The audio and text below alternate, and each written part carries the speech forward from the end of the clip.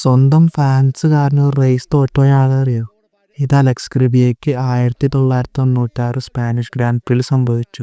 Raise മുഴുവനും Alex ക്രിവിയേയും മിക് ഡൂഹനും raise ജയിക്കാൻ വേണ്ടി ഫൈറ്റ് ചെയ്തുകൊണ്ടിരിക്കാറുണ്ട്. അവസാനത്തെ ലാപ്പ് എത്തിയപ്പോൾ അലക്സ് ക്രിവിയെ ഫസ്റ്റ് പ്ലേസ്. അലക്സ് ക്രിവിയേയും മിക് ഡൂഹനും തമ്മിൽ വലിയ ഗ്യാപ്പ് ഉണ്ടായി.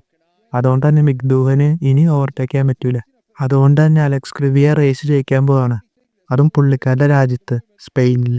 അലക്സ് ക്രിവിയെ റേസ് ജയിക്കാൻ പോവാന്ന് മനസ്സിലായ ഫാൻസ് ട്രാക്കിലേക്ക് ചേർന്നു, സെലിബ്രേഷൻ ആയിട്ട്.